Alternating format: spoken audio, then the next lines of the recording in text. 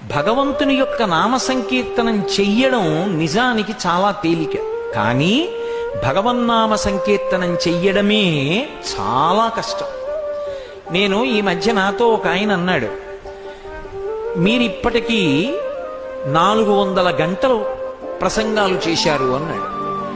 నేను తర్వాత మా ఇంటికి వెళ్ళి స్నానం చేస్తూ చాలా చిన్నబుచ్చుకున్నాను. 400 గంటలంటే 24 గంటలైతే ఒక రోజు.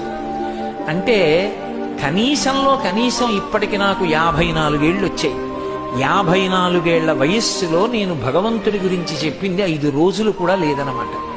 400 గంటలు చెప్పానంతే ఇప్పటి వరకు. అంటే ఎంత కాలం వృధా అయిపోయి ఉంటుంది ఇప్పటికి. ఎంత నేను అక్కర్లేనివి మాట్లాడుంటానో, ఎంత పనికొచ్చేవి మాత్రమే మాట్లాడుంటాను. భగవంతుడు మనుష్యునకు ఇచ్చినటువంటి అపూర్వమైనటువంటి సాధనం స్వరపేటిక. ఈ స్వరపేటిక ఉంది కాబట్టే మనుష్యుడు ఒక్కడే భగవన్నామం పలుకుతాడు. 84 లక్షల జీవరాశుల్లో 83,99,999 జీవులు పలకవు, మాట రాదు. మాట లేదు కాబట్టి అవి తిరిగి భగవన్నామాన్ని పలకవు. కాని మనుష్యుడు భగవన్నామాన్ని పలకగలడు కాబట్టి తరించిపోతాడు.